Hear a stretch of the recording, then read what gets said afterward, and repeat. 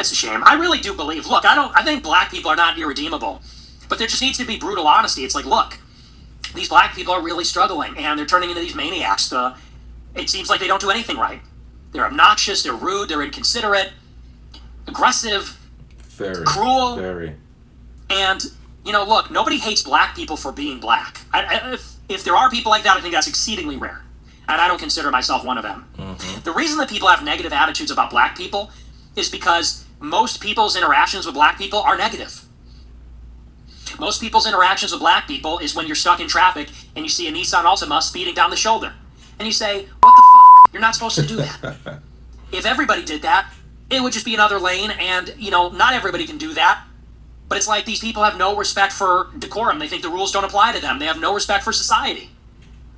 Like, their interaction is they are a waiter, and they wait on a black table, and the black people don't tip, and they're fucking rude. I mean, if you're going to be rude and don't tip, like, that could cause some issue, I guess, but I don't have to tip anyone. You're doing your job. Why am I paying you to do your job? Just saying. That's most people's interactions. It's stuff like that. They go to the DMV and they see a black person behind the counter and they say, oh, here we go. And the person's rude. Now, it just goes to show people are not racist. It goes to show people don't like people that are rude. I mean, I have that encounter with white people too if you go to the DMV, but like, compared to the blacks, it's a higher percentage, right? People don't, it's unpleasant. People want to be treated with consideration and respect. And it is true that black people are, in this day and age, unfortunately, seem to have very low moral character. It's not even just the violence, although the violence is pretty striking. If you live your life and you know that you're going to be mugged by black people, it kind of colors your opinion or perception of black people, wouldn't you say? If 99% of the carjackings and stabbings and shootings that you see in Chicago are by black people, when you're walking down the street late at night, guess what you're looking for? Black people. That is a fact. He's not lying. And you equate that with danger. Yeah, that is true. And it doesn't take a lot of them to spoil the whole bunch like that. And we just want black people to take accountability and say, look, I'm not a bad person.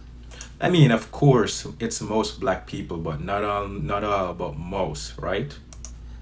I'm not a bad person. It just seems that every time I encounter you people, for the most part, it's negative. And sometimes extremely negative. Like, I could get a gun in my face. That's not good, man. That's a problem. And people go, well, you are just loaded up with hatred and racism. It's like, I'm really not. I'm a really friendly person.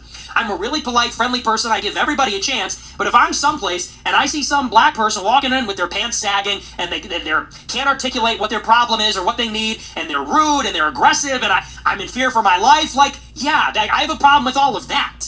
That is true. If I see that, I'm like, here we go again, because it's an emotional male that have a female spirit of his mother, because he's just as emotional, just like his mother. Just like Nick says, a lot of black people are immoral. That is true because they're having kids out of wedlock, and that doesn't go well for the kid because they end up being raised by the mother, and the mother impose on that kid and make the kid very emotional.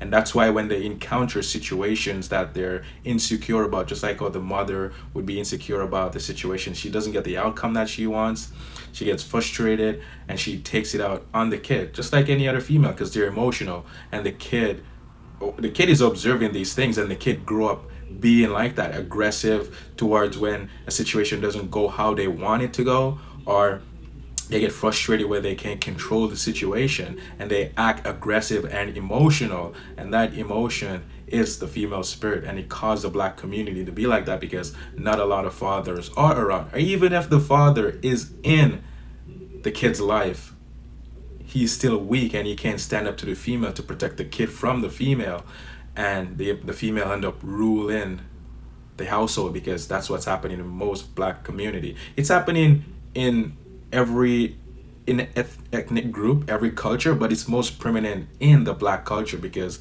mothers are strong. They're strong queens and all of these crap that is pushed in society by the government, by the leaders, because they know that's how society fall into a destructive ways, because the female spirit. And people go, and these black people go, well, you're racist. It's like, no, I just hate inconsiderate behavior.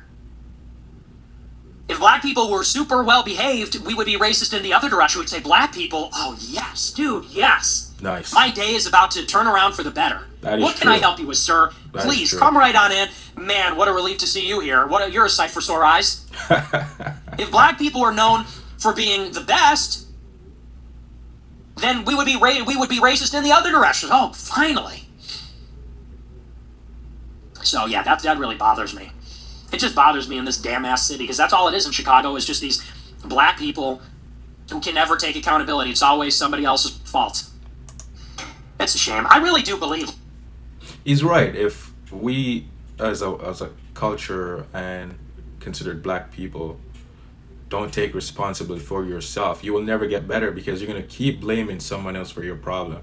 And anyone that blames someone else for their problem, there's something wrong with them, because they won't take a look at themselves and see that, oh, you can't keep saying white supremacy and these people are keeping you down, when really you're the one keeping yourself down, because you keep voting in these Democrats and these black leaders that are not leaders, because they're only there to use you and keep you on the plantation so they can stay in power, so they can keep using you and manipulate you and control you to make themselves wealthy. They're using you instead of taking responsibility for yourself.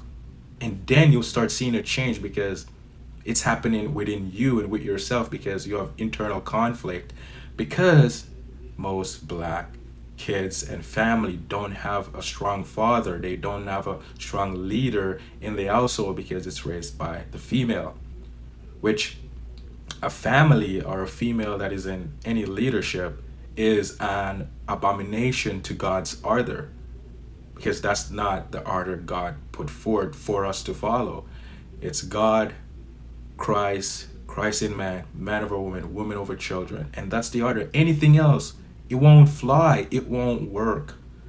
It's caused destruction and chaos, just like what we're seeing with the black community. Because you remember, the government came in back in the day and said, listen, we'll help you, but you can't have the fathers in the home. The fathers should have stand up, don't get me wrong, but they play along with the victim mindset that the women have, and the women push them out of the home so they can get check from the government can raise the kids. But is it really the system fault when you have no morals, you didn't want a dad in the home and you push them out, and the dad say, oh, I'm gone then? Is it really the system fault, or is it that you sold your soul for money, and you sold your kids for money, and now you destroy them? And because of that, look at the generational curse that you have created. So is it really the system fault, or is it the people that buy into that system that was sold to them to destroy the family from within? And it's going on even to this day, and it's so evidently, but yet, because of the programming coming down from the feminist bullcrap that a lot of females are buying into now, it's even going to get worse before it even gets better. So I understand Nick's point, but sadly, you can't change the heart of people. You can't change someone. Someone have to want to change themselves, and they can't do it by themselves. They have to seek after the Father, seek after what is right in the right way. And then you will be able to find the internal conflict that is causing you to do these crazy things, because the female have made the devil her god. Her emotions is her god, and that's what drives her to do these things, because she's in her thought, in her imagination. And to be able to act and do these things, you have to get the thought and the feeling, you act on the feeling. You're just not realizing that you're deep into your thoughts, and it's driving you, because it's either you're listening to the devil, or the voiceless voice of God is driving you. It's either. You can't even live your own life. You don't even have free will to do what you want.